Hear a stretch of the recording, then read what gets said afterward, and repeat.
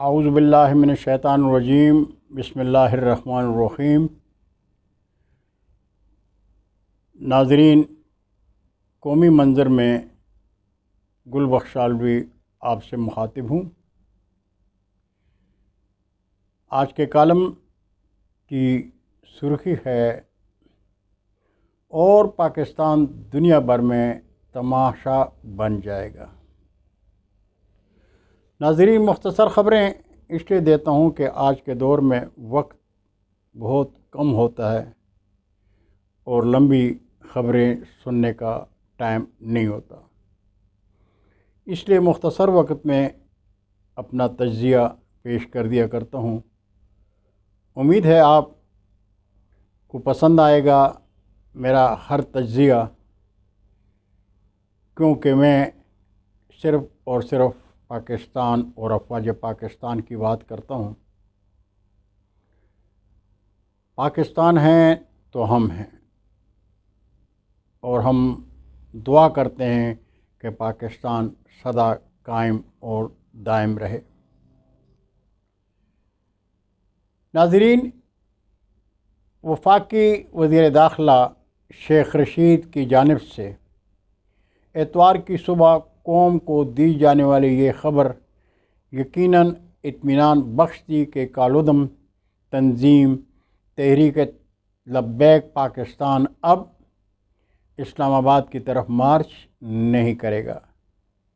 مذاکرات میں کامیابی کے بعد ٹی ایل پی کے زیر حراست افراد کو رہا کر دیا جائے گا اور ماضی میں کیے گئے معاہدے کے تحت فرانسیسی سفارتکار کو بے دخل کرنے کا معاملہ قومی اسمبلی میں پیش کیا جائے گا۔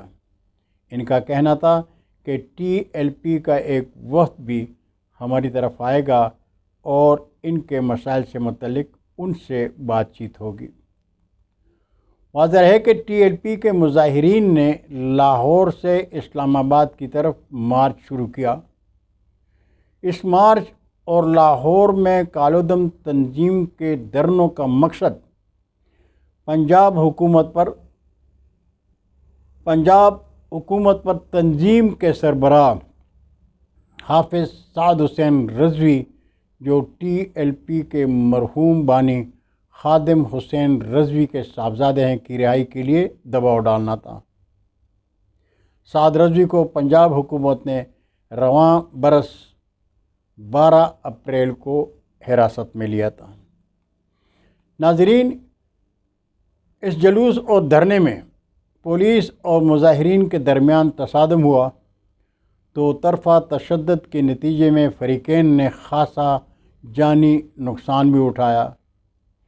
ڈی پی او شیخوپورہ سمیت پولیس کے کوئی 100 اہلکار اور بڑی تعداد میں مظاہرین بھی زخمی ہوئے۔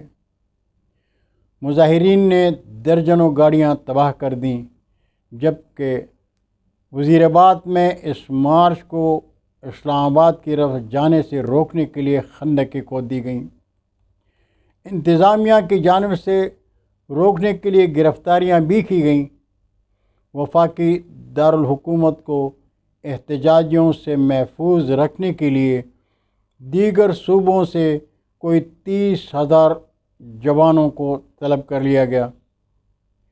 ان حالات میں ملک بھر کی تاجر برادری کی جانب سے ایف بی آر کے اقدامات کے خلاف راولپنڈی اور فیض آباد میں دھرنے کے اعلان نے معمولات زندگی کو مزید مفلوج کرنے کے خدشات پیدا کر دیے تھے۔ کالعدم تنظیم کے ذمہ داروں کا موقف ہے کہ حکومتی مذاکراتی ٹیم نے جیل میں حافظ سعد رضوی کے ساتھ مذاکرات کرنے کا یقین دلایا ہے، جس پر وقتی طور پر اسلام آباد کی جانب پیش قدمی روک دی گئی ہے۔ دراصل یہ ہنگامہ آرائی عشق مصطفیٰ کی آڑ میں فرانسیسی سفیر کے ملک بدری کے لیے نہیں، بلکہ اپنے قائد حافظ سعد رضوی اور دوسرے گرفتار ساتھیوں کی رہائی کے لیے کی گئی۔ اس ہنگامہ آرائی اور اس مذاکرات سے پاکستان کہ عوام جان گئے ہیں کہ ڈرنے والے کہتے کچھ ہیں اور مانگتے کچھ ہیں، لیکن مذہب کی آڑ میں ذاتی مفادات کے لیے پاکستان بھر کی عوام کو شاہراہوں پر خوار کرنے سے ایسی مذہبی جماعتوں کی حوصلہ افزائی نہیں ہوا کرتی، بلکہ نفرتیں جنم لیتی ہیں۔ مخلوق خدا کو بلا وجہ پریشان کرنے والے دین مصطفیٰ کے دعوے دار کیا سوچتے ہیں کہ اللہ اور اس کا حبیب ان سے راضی ہوگا؟ ہرگز نہیں۔ تحریک لبیک سے مذاکرات کے بعد حکومت وقت کا بھی امتحان ہے۔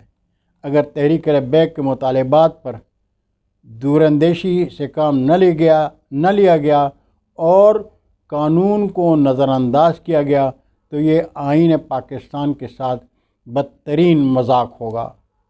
اگر تحریک لبیک کے مطالبات تسلیم کرتے ہوئے قومی آئین اور قانون کو نظر انداز کر کے حافظ سعد رضوی کو رہائی ملتی ہے تو آنے والے کل کوئی آئین اور قانون کے مجرموں کی رہائی کے لیے شاہراہوں پر دھرنے عام ہو جائیں گے، قومی اور نجی املاک تباہ ہوں گے اور پاکستان دنیا بھر میں تماشا بن جائے گا۔ اس لیے جو بھی فیصلہ کرنا ہے آنے والے کل کو سوچ کر کرنا ہے، کیونکہ اس پاکستان میں امن و استحکام ہماری شان اور پہچان ہے۔ اللہ حافظ۔ السلام علیکم۔